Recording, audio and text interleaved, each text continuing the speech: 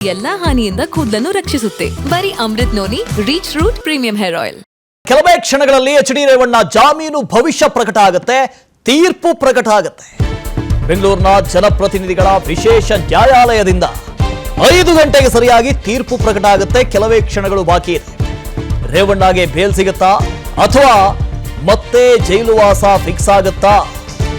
ಕೆಲವೇ ಕ್ಷಣಗಳಲ್ಲಿ ಜಾಮೀನು ನೀಡಲಿರುವ ನ್ಯಾಯಾಧೀಶರು ಎಸ್.ಜಿ. ಭಟ್ ಸುಮಾರು 4 ತಾಸು ಸುದೀರ್ಘವಾಗಿ ವಾದ ಪ್ರತಿವಾದಗಳನ್ನು ಆಲಿಸಿದ್ರು. ಅದಾದ ಬಳಿಕ 5 ಗಂಟೆಗೆ ತೀರ್ಪನ್ನ ಕಾಯ್ದಿರಿಸಲಾಗಿದೆ.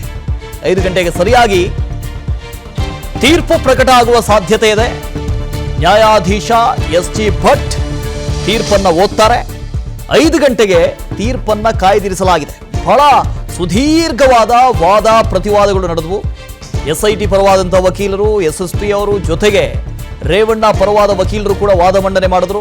ಒಂದು ಕಡೆಯಿಂದ ಎಸ್ಎಸ್ಪಿ ಆಕ್ಷೇಪವನ್ನು ಸಲ್ಲಿಸಿದ್ರೆ ಅದಕ್ಕೆ ಉತ್ತರ ಕೊಡೋ ಕೆಲಸವನ್ನ ರೇವಣ್ಣ ಪರವಾದ ವಕೀಲರು ಮಾಡಿದ್ರು. ಬೇರೆ ಬೇರೆ ಆಯಾಮಗಳಲ್ಲಿ ವಾದ ಪ್ರತಿವಾದಗಳು ನಡೆದವು. ಒಟ್ಟು 3 ಗಂಟೆ ಕಾಲ ವಾದ ಪ್ರತಿವಾದವನ್ನ ಆಲಿಸಿದ್ದಾರೆ. ತೀರ್ಪನ್ನ ಕಾಯ್ದಿರಿಸಿದ್ದಾರೆ ಜಡ್ಜ್. ಮಧ್ಯಾಹ್ನ 12:15ರಿಂದ 2:15ರವರೆಗೆ ವಾದ ಪ್ರತಿವಾದ ಆಯಿತು. ಅದಾದ ಬಳಿಕ 3 ಗಂಟೆಗೆ ಮುಂದೂಡಿದ್ರು. 3ರಿಂದ 4 ಗಂಟೆವರೆಗೆ ವಾದ ಪ್ರತಿವಾದ ನಡೀತು. ಸದ್ಯಕ್ಕೆ ತೀರ್ಪನ್ನ ಕಾಯ್ದಿರಿಸಲಾಗಿದೆ. ಕೆಲವೇ ಕ್ಷಣಗಳಲ್ಲಿ ತೀರ್ಪು ಪ್ರಕಟ ಆಗುವ ಸಾಧ್ಯತೆ ಇದೆ. ಬೆಂಗಳೂರು ಜನಪ್ರತಿನಿಧಿಗಳ ವಿಶೇಷ ಕೋರ್ಟ್ ತೀರ್ಪು ಕೊಡೋದಕ್ಕೆ ಕ್ಷಣಗಳನ್ನೇ ಆರಂಭ ಆಗುತ್ತೆ. ಎಚ್ ಡಿ ರೇವಣ್ಣ ಅವರಿಗೆ ಜಾಮೀನು ಸಿಗುತ್ತೋ ಅಥವಾ ಮತ್ತೆ ಜೈಲುವಾಸ ಫಿಕ್ಸ್ ಆಗುತ್ತೋ? ನಾನಾ ಆಯಾಮಗಳಲ್ಲಿ ವಾದ ಪ್ರತಿವಾದಗಳಾಗಿದ್ದಾವೆ. ಸುಮಾರು 3 ಗಂಟೆಗಳ ಕಾಲ ಸುದೀರ್ಘವಾಗಿ ವಾದ ಪ್ರತಿವಾದ ನಡೆದಿದೆ. ಅಭಿಷೇಕ್ ಇದ್ರ ಬಗ್ಗೆ ಹೆಚ್ಚಿನ ಡೀಟೇಲ್ಸ್ ಅನ್ನು ಕೊಡ್ತಾ ಹೋಗ್ತಾರೆ. ಅಭಿಷೇಕ್, ಬಹಳ ಸುದೀರ್ಘವಾಗಿ ಬೇರೆ ಬೇರೆ ಆಯಾಮಗಳಲ್ಲಿ ವಾದ ಪ್ರತಿವಾದ ಆಗಿದೆ. 5 ಗಂಟೆಗೆ ತೀರ್ಪು ಕಾಯ್ದಿರಿಸಿದ್ದಾರೆ. 5 ಗಂಟೆ ಆಯಿತು, ಇನ್ನೂ ಎಷ್ಟು ಹೊತ್ತು ಬಾಕಿ ಇದೆ? ಜೊತೆಗೆ ಈ ವಾದ ಪ್ರತಿವಾದದ ಮೆರಿಟ್ ಹೇಗಿತ್ತು ಅಂತ ಮೊದಲನೇದಾಗಿ ಗಮನಿಸಬೇಕಾಗಿರೋದು, ಸುಮಾರು 4 ಗಂಟೆಗಳ ವಿಸ್ತಾರವಾದ ವಾದ ವಿವಾದವನ್ನ ನ್ಯಾಯಾಧೀಶರು ಆಲಿಸಿರುವಂತದ್ದು. ಎಸ್.ಪಿ. ರವರು ಸರ್ಕಾರದ ಪರವಾಗಿರೋರು ಒಂದು ವಾದವನ್ನ ಮುಂದಿಟ್ಟಿರೋದೇನು ಅಂದ್ರೆ, ಕಿಡ್ನಾಪ್ ಮಾಡಿರುವಂತಹ ಆರೋಪಿ ಅಂತ ಏನು ರೇವಣ್ಣ ಇದ್ದಾರೆ ಅವರು ಪ್ರಭಾವಿಯಾಗಿದ್ದಾರೆ. ಆ ಕಾರಣದಿಂದ ಅವರಿಗೆ ಬೇಲನ್ನ ಮಂಜೂರು ಮಾಡಬಾರದು. ಒಂದು ವೇಳೆ ಅವರು ಹೊರಗಡೆ ಬಂದ್ರೆ ಇತರೆ ಜನರಿಗೂ ಕೂಡ ಅವರು ಬೆದರಿಕೆ ಹಾಕುವಂತ ಸಾಧ್ಯತೆ ಇದೆ. ಅದರ ಜೊತೆಗೆ ಒಂದಿಷ್ಟು ಸಾಕ್ಷ್ಯಗಳನ್ನ ನಾಶಪಡಿಸುವಂತ ಎಲ್ಲ ಸಾಧ್ಯತೆಗಳು ಇದೆ ಅಂತ ಇದರ ರೆಫರೆನ್ಸ್ ವಿಚಾರವಾಗಿ ಅನೇಕ ಎಕ್ಸಾಂಪಲ್ ಗಳನ್ನ ಕೊಟ್ಕೊಂಡ್ ಬಂದಿರುವಂತದ್ದು. ಆದ್ರೆ ಇದರ ಪ್ರತಿಯಾಗಿ ಇದರ ವಿರುದ್ಧವಾಗಿ ಸಿ.ವಿ. ನಾಗೇಶ್ ಅವರು, ರೇವಣ್ಣರವರ ವಕೀಲರು ಮುಂದಿಟ್ಟಿರುವಂತ ಅಂಶ ಏನಂತ ನೋಡೋದಾದ್ರೆ, ಮೊದಲನೇದಾಗಿ ಇಲ್ಲಿ ಕಿಡ್ನಾಪ್ ಅನ್ನೋ ಒಂದು ಪದವನ್ನ ಬಳಸೋದು ಸೂಕ್ತವಲ್ಲ. ಯಾಕೆಂದ್ರೆ ಸಂತ್ರಸ್ತೆ ಎಂದು ಹೇಳಿಕೊಂಡಿರುವಂತ ಮಹಿಳೆ ತಾನಾಗಿ ತಾನೇ ಆ ಸ್ನೇಹಿತರ ಮನೆಯಲ್ಲಿ ಇರೋದಾಗಿ ತಿಳಿಸಿದ್ದಾಳೆ. ಅದರ ಜೊತೆಗೆ ಒಂದು ವೇಳೆ ಕಿಡ್ನಾಪ್ ನಿಜವಾಗ್ಲೂ ಆಗಿದ್ದಲ್ಲಿ ಅಲ್ಲಿ ಒಂದಿಷ್ಟು ಬೆದರಿಕೆ ಇರಬಹುದು. ಅದರ ಜೊತೆಗೆ ಆ ಹಣಕ್ಕೆ ಆಮಿಷ ಅಥವಾ ಹಣಕ್ಕೆ ಬೇಡಿಕೆ ಇಡುವಂತ ಸಾಧ್ಯತೆಗಳಿರುತ್ತೆ. ಈ ಪ್ರಕರಣದಲ್ಲಿ ಯಾವುದು ಕೂಡ ಆಗದೇ ಇರೋದ್ರಿಂದ ಇಲ್ಲಿ ಕಿಡ್ನಾಪ್ ಅಂತ ಕಡಿಯೋದಕ್ಕೆ ಬರೋದಿಲ್ಲ ಅಂತ ತಿಳಿಸಿರುವಂತದ್ದು. ಇದರ ಜೊತೆಗೆ 6 ಬಾರಿ MLA ಆಗಿರುವಂತ ರೇವಣ್ಣರವರು ಯಾವುದೇ ಕಾರಣಕ್ಕೂ ಕಾನೂನಿನ ವಿರುದ್ಧವಾಗಿ ನಡೆಯುವುದಿಲ್ಲ, ಕಾನೂನಿನ ಚೌಕಟ್ಟಿನಲ್ಲೇ ಮುಂದುವರಿತಾರೆ. ಆದ ಕಾರಣ ಅವರಿಗೆ ಖಂಡಿತವಾಗಿ ಬೇಲನ್ನ ನೀಡಬೇಕು ಅಂತ ಈಗ ತಮ್ಮ ವಾದವನ್ನ ಮುಕ್ತಾಯಗೊಳಿಸಿರುವಂತದ್ದು. ಈ ಸದ್ಯದ ಮಟ್ಟಿಗೆ ಈ ವಿಚಾರಣೆ ಎಲ್ಲ ನಡೆದು ಸುಮಾರು 1 ಗಂಟೆ ಆಗಿದೆ. 1 ಗಂಟೆ ಹಿಂದೆ ತಿಳಿಸಿರುವಂತ ನ್ಯಾಯಾಧೀಶರು 5 ಗಂಟೆ ಸಮೀಪಿಸಿದಂತೆ ಒಂದು ಅರ್ಜಿಯ ವಿಚಾರಣೆಯನ್ನ ತೆಗೆದುಕೊಂಡು ನಂತರ ತಮ್ಮ ತೀರ್ಪನ್ನು ತಿಳಿಸುವುದಾಗಿ ಹೇಳಿದ್ರೆ, ಇನ್ನು ಕೆಲವೇ ಕ್ಷಣಗಳಲ್ಲಿ ತೀರ್ಪು ಹೊರಬೀಳುವಂತ ಸಾಧ್ಯತೆ ಇರುವಂತದ್ದು ವಾಸು. ಆದ್ರೆ ಈ ಸಂದರ್ಭದಲ್ಲಿ ಬೇಲ್ ಲಭಿಸುತ್ತೋ ಇಲ್ವೋ ಅನ್ನೋದು ಕೋರ್ಟ್ ತೆಗೆದುಕೊಳ್ಳುವಂತ ಅಥವಾ ಕೋರ್ಟ್ನ ವಿವೇಚನೆಗೆ ಬಿಟ್ಟಿರುವಂತ ವಿಚಾರವಾಗುತ್ತೆ. ಇಷ್ಟು ವಾದ ಪ್ರತಿವಾದಗಳಲ್ಲಿ ಪ್ರಮುಖವಾಗಿ ಅನಿಸಿದ್ದು ನನಗೆ ಈ ಸಂತ್ರಸ್ತೆಯ ವಿಡಿಯೋ ಒಂದು ಬಂತಲ್ಲ, ಆ ಸಂತ್ರಸ್ತೆಯ ವಿಡಿಯೋಗೆ ಸಂಬಂಧಪಟ್ಟಂತೆ ಒಂದಷ್ಟು ವಾದ ಪ್ರತಿವಾದ ನಡೀತು. ಅದರ ಜೊತೆಗೆ ಈ 161ನಲ್ಲಿ CRPCಯಲ್ಲಿ ಅವರು ಒಂದು ಹೇಳಿಕೆಯನ್ನು ದಾಖಲು ಮಾಡ್ತಾರೆ. ಅದರಲ್ಲಿ ಈ ರಿಮಾಂಡ್ ಅಪ್ಲಿಕೇಶನಲ್ಲಿ ಅದ್ರ ಬಗ್ಗೆ ಹೇಳಿದಾರಾ, ಅದ್ರ ಬಗ್ಗೆ ಉಲ್ಲೇಖ ಇದೆಯಾ, ಇದನ್ನು ಕೂಡ ಕೇಳಿದ್ರು. ಸೊ 161ನಲ್ಲಿ ಹೇಳಿಕೆಯನ್ನು ದಾಖಲು ಮಾಡುವಾಗ ಈ ಕಿಡ್ನ್ಯಾಪ್ನ ಬಗ್ಗೆ ಆಗಲಿ ಅಥವಾ ರೇವಣ್ಣ ಅವರ ಹೆಸರಾಗಲಿ ಅವ್ರು ಹೇಳಿಲ್ಲ ಅನ್ನೋದು ನಾಗೇಶ್ ಅವರ ವಾದ ಆಗಿತ್ತು ಅಲ್ವಾ?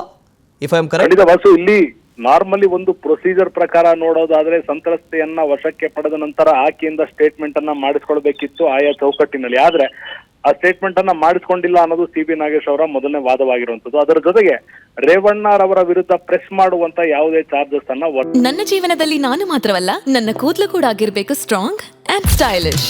ಬರೀ Amrut noni reach root premium hair oil ನೊಂದಿಗೆ. Reach root premium hair oil ವರದಿಯಲ್ಲಿ ಉಲ್ಲೇಖ ಮಾಡಿಲ್ಲ. ಈ ಕಾರಣದಿಂದ ವರದಿಯಲ್ಲಿ ಉಲ್ಲೇಖ ಇರದೇ ಇರೋದ್ರಿಂದ ಹಾಗೂ ರೇವಣ್ಣರವರು ಇದರಲ್ಲಿ ತೊಡಗಿದ್ದಾರೆ ಅಂತ ಯಾವುದೇ ಸಾಕ್ಷ್ಯಗಳು ಅಂದ್ರೆ ಸಾಂದರ್ಭಿಕ ಸಾಕ್ಷ್ಯಗಳು ಇಲ್ಲದೆ ಇರೋದ್ರಿಂದ ಇದನ್ನ ಹೇಗೆ ಪರಿಗಣಿಸಲು ಸಾಧ್ಯ ಅಂತ ಒಂದು ಪ್ರಶ್ನೆಯನ್ನ ಕೋರ್ಟ್ ಮುಂದೆ ಇಟ್ಟಿರುವಂತದ್ದು. ಸಿ.ವಿ. ನಾಗೇಶ್ ಅವರ ವಾದವನ್ನು ಕೋರ್ಟ್ ಕೂಡ ಈ ಸದ್ಯದ ಮಟ್ಟಿಗೆ ಒಪ್ಕೊಂಡಿರುವಂತದ್ದು. ಆದ್ರೆ ತೀರ್ಪನ್ನ ಕಾಯ್ದಿರಿಸೋ ವಿಚಾರವಾಗಿ ನೋಡೋದಾದ್ರೆ ಮೊದಲನೇದಾಗಿ ಒಂದು ಪ್ರೊಸೀಜರ್ ಅನ್ನ ಫಾಲೋ ಮಾಡಿಲ್ಲ ಅನ್ನೋ ಪ್ರಶ್ನೆನ ಮುಂದಿಟ್ಟಿದ್ದಾರೆ. ಇದಕ್ಕೆ SPP ಯಾವ ರೀತಿ ಉತ್ತರ ಅಥವಾ ದಾಖಲಾತಿಗಳನ್ನ ಸಲ್ಲಿಸ್ತಾರೆ ಅನ್ನೋದನ್ನ ನೋಡ್ಬೇಕಾಗುತ್ತೆ. ಆದ ನಂತರ ರೇವಣ್ಣರವರ ವಿರುದ್ಧ ಯಾವುದೇ ಸಾಂದರ್ಭಿಕ ಸಾಕ್ಷ್ಯಗಳಿಲ್ಲ ಅನ್ನೋದನ್ನ ಕೋರ್ಟ್ ಯಾವ ರೀತಿ ಪರಿಗಣಿಸುತ್ತೆ ಅಂತ ನೋಡ್ಬೇಕಾಗುತ್ತೆ. ಇದರ ಜೊತೆ ನಾವು ಲಿಖಿತವಾಗಿ ಮತ್ತೆ ವಾದವನ್ನ ಮಂಡನೆ ಮಾಡ್ತೀವಿ ಅಂತ SPP ರವರು ಭಾವಿಸ್ತಿರೋದ್ರಿಂದ ಅದಕ್ಕೆ ಅವಕಾಶವನ್ನ ನೀಡಬೇಕೋ ಬೇಡವೋ ಅನ್ನೋದು ವ್ಯಂಗ್ಯವಾಗಿ ಈ ಒಂದು ಸಂದರ್ಭದಲ್ಲಿ ನೋಡ್ಲಿಕ್ಕೆ ಆಗೋದಿಲ್ಲ. ಆದ್ರೆ ಕಾನೂನಾತ್ಮಕವಾಗಿ ಯಾವ ರೀತಿ ಇದನ್ನ ಕೋರ್ಟ್ ಪರಿಗಣಿಸುತ್ತೆ, ಲಿಖಿತ ವಾದಕ್ಕೆ ಅವಕಾಶವನ್ನ ನೀಡುತ್ತಾ ಅಂತ ನೋಡ್ಬೇಕಾಗುತ್ತೆ. ಇದರ ಜೊತೆಗೆ ನ್ಯಾಯಾಧೀಶರು ಇಷ್ಟೆಲ್ಲ ವಾದ ವಿವಾದಗಳನ್ನ ಆಲಿಸಿದ ನಂತರ ಇಲ್ಲಿ ಸಾಕ್ಷ್ಯಗಳು ಇಲ್ಲದೆ ಇರೋದ್ರಿಂದ ಅದರ ಜೊತೆಗೆ ಒಬ್ಬ ವ್ಯಕ್ತಿ 6 ಬಾರಿ MLA ಆಗಿರೋದ್ರಿಂದ ಕಾನೂನಾತ್ಮಕವಾಗಿ ಆತ ತಪ್ಪುದಾರಿ ಹಿಡಿಯುವುದಿಲ್ಲ ಅನ್ನೋ ಒಂದು ಅಂಶವನ್ನು ಕೂಡ ಗಣನೆಗೆ ತೆಗೆದುಕೊಳ್ಳುತ್ತೆ. ಸುಮಾರು ಇನ್ನೊಂದು 15ರಿಂದ 20 ನಿಮಿಷಗಳಲ್ಲಿ ಒಂದು ಆರ್ಡರ್ ಹೊರಬೀಳುವಂತ ಸಾಧ್ಯತೆ ಇರುವಂತದ್ದು. ಅದ್ರ ಜೊತೆಗೆ ಈಗ SIT ಕಸ್ಟಡಿಗೆ ಪಡೆದುಕೊಂಡಾಯ್ತು, ಕಸ್ಟಡಿಗೆ ತಗೊಂಡಾಯ್ತು, ವಿಚಾರಣೆ ಮಾಡಾಯ್ತು, ಈಗ ನ್ಯಾಯಾಂಗ ಬಂಧನದಲ್ಲಿದ್ದಾರೆ, ವಿಚಾರಣೆಗೆ ಸಹಕಾರ ಕೊಟ್ಟಿಲ್ಲ ಅಂತನೂ ಅದನ್ನು ಬಹಳ ಒತ್ತಿ ಹೇಳ್ತಾ ಇಲ್ಲ SSP ಅವರು. ಹೀಗಿರುವಾಗ ಈ ಜಾಮೀನು ಕೊಡದೇ ಇರೋದಕ್ಕೆ ಏನ್ ರೀಸನ್ನು ಅಂತ ಬೇಸಿಕಲಿ ವಾಸು ಇಲ್ಲಿ ರೇವಣ್ಣರವರನ್ನ ಕಳೆದ ಬಾರಿ ಕೋರ್ಟ್ಗೆ ಹಾಜರುಪಡಿಸಿದಂತ ಸಂದರ್ಭದಲ್ಲಿ ಅವರು ತಿಳಿಸಿರುವಂತಹ ಪ್ರಕಾರ ಅವರಿಗೆ ಆರೋಗ್ಯ ಸಮಸ್ಯೆ ಇತ್ತು, ಆದ್ರೆ ಅವರು SITಗೆ ಎಲ್ಲ ರೀತಿಯಲ್ಲೂ ಕೂಡ ಸಹಕಾರವನ್ನ ನೀಡಿದ್ದಾರೆ ಅಂತ ತಿಳಿಸಿರುವಂತದ್ದು. ಅದರ ಜೊತೆಗೆ ಒಂದು ಗಮನಿಸಬೇಕಾಗಿರೋದು ಇಲ್ಲಿ ರೇವಣ್ಣರವರ ವಕೀಲರು ವಾದವನ್ನ ಮಂಡಿಸ್ತಾ ಇದ್ದಂತ ಸಂದರ್ಭದಲ್ಲಿ ಪ್ರತಿಯೊಬ್ಬ ವ್ಯಕ್ತಿಗೂ ಕೂಡ ಮೌನವಾಗಿರುವಂತದ್ದು ಸಾಂವಿಧಾನಿಕ ಹಕ್ಕಾಗಿರುವಂತದ್ದೇ. ಆ ಸಂದರ್ಭದಲ್ಲಿ ರೇವಣ್ಣರವರು ಕೆಲವೊಂದು ಪ್ರಶ್ನೆಗಳಿಗೆ ಮೌನವನ್ನ ವಹಿಸಿದ್ದಾರೆ ಅಂತ SIT ರವರು ಆರೋಪ ಮಾಡಿದ್ರೆ, ಮತ್ತೊಂದ್ ಕಡೆ ಸಾಂವಿಧಾನಿಕ ಹಕ್ಕನ್ನ ರೇವಣ್ಣರವರು ಪಾಲಿಸಿದ್ದಾರೆ ಅನ್ನೋ ಒಂದು ಪ್ರತಿವಾದವನ್ನ ಕೂಡ ನಾವು ಕೇಳಿದ್ದೇವೆ. ಇಂಥ ಸಂದರ್ಭದಲ್ಲಿ ಈಗ ನಾಳೆ ರೇವಣ್ಣರವರನ್ನ ದಿನಾಂಕದ ಪ್ರಕಾರ ನೋಡೋದಾದ್ರೆ ಕಳೆದ ಬಾರಿ ಅವರನ್ನ ಜೈಲ್ ಕಸ್ಟಡಿಗೆ ನೀಡಿದಂತ ಸಂದರ್ಭದಲ್ಲಿ ನಾಳೆಗೆ ಅದರ ಅವಧಿ ಮುಕ್ತಾಯಗೊಳ್ಳುತ್ತೆ. ನಾಳೆ ಹೇಗಾದ್ರೂ ಮಾಡಿ ಅವರನ್ನ 2 ರೀತಿಯಲ್ಲಿ, ಒಂದು ಜೈಲಿನಿಂದಲೇ ವಿಡಿಯೋ ಕಾನ್ಫರೆನ್ಸ್ ಮುಖಾಂತರ ಹಾಜರುಪಡಿಸಬೇಕಾಗುತ್ತೆ ಅಥವಾ ಇಲ್ಲಿಗೆ ಕೋರ್ಟಿಗೆ ಕರೆದುಕೊಂಡು ಬಂದು ಹಾಜರುಪಡಿಸಬೇಕಾಗುತ್ತೆ.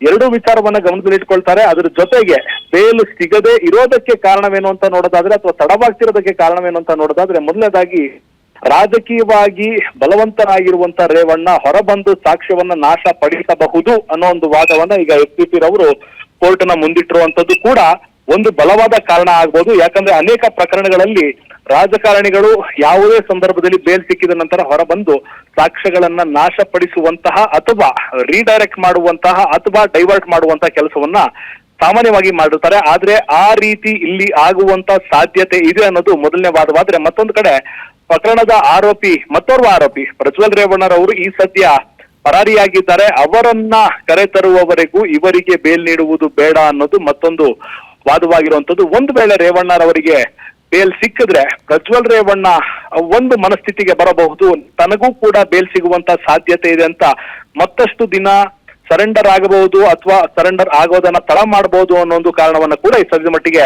ಕೋರ್ಟ್ ಗಮನಕ್ಕೆ ತರಲಾಗಿರುವಂತದ್ದು. ಈ ಎಲ್ಲ ಮೇಜರ್ ಸ್ಟ್ಯಾಂಡ್ ಗಳಿಂದ ಸದ್ಯದ ಮಟ್ಟಿಗೆ ರೇವಣ್ಣರವರಿಗೆ ಬೇಲನ್ನ ನೀಡೋದು ತಡ ಮಾಡಿರಬಹುದು. ಅದರ ಜೊತೆಗೆ ಜೈಲಿನಲ್ಲಿ ಅವರಿಗೆ ಬೇಕಾಗಿರುವಂತಹ ಸಕಲ ಚಿಕಿತ್ಸೆಯನ್ನ ನೀಡಲಾಗ್ತಿದೆ. ಇಷ್ಟೆಲ್ಲಾ ಸಂದರ್ಭದಲ್ಲಿ ಇಷ್ಟೆಲ್ಲ ಸೌಕರ್ಯಗಳನ್ನ ನೀಡಿರುವಂತಹ ಸಂದರ್ಭದಲ್ಲಿ ಬೇಲನ್ನ ನೀಡದೆ ಇದನ್ನ ಮುಂದುವರೆಸಬಹುದಾ ಅನ್ನೋದು ಕೋರ್ಟ್ನ ವಾದಕ್ಕೆ ತಂದಿರುವಂತದ್ದು. ಈ ಕಾರಣದಿಂದ ಸದ್ಯ ಮಟ್ಟಿಗೆ ನೋಡೋದಾದ್ರೆ ರೇವಣ್ಣರವರ ಬೇಲ್ ತಡವಾಗ್ತಿರುವಂತ ಲಕ್ಷಣಗಳು ಅಂತ ಹೇಳ್ಬೋದು. ಆದ್ರೆ ಬಹುತೇಕ ಇನ್ನೊಂದು 15-20 ನಿಮಿಷದಲ್ಲಿ ತೆರೆ ಬೀಳುವಂತ ಲಕ್ಷಣ ಕಂಡುಬರುತ್ತಿದೆ. Vasu, okay, thank you Abhishek. ಅನುಕ್ಷಣದ ಸುದ್ದಿಗಳಿಗಾಗಿ Vistara news YouTube channel subscribe ಮಾಡಿ. ಹೊಸ ಸುದ್ದಿಗಳ ನೋಟಿಫಿಕೇಶನ್ಗಾಗಿ ಬೆಲ್ ಐಕಾನ್ ಕ್ಲಿಕ್ ಮಾಡಿ. ಲೇಟೆಸ್ಟ್ ಅಪ್ಡೇಟ್ಸ್ಗಾಗಿ www.vistaranews.com ವೆಬ್ಸೈಟ್ಗೆ ವಿಸಿಟ್ ಮಾಡಿ. ಅಂಗೈಯಲ್ಲೇ ಜಗತ್ತಿನ ಸುದ್ದಿ ತಿಳಿಯಲು Vistara news Kannada app download ಮಾಡಿ.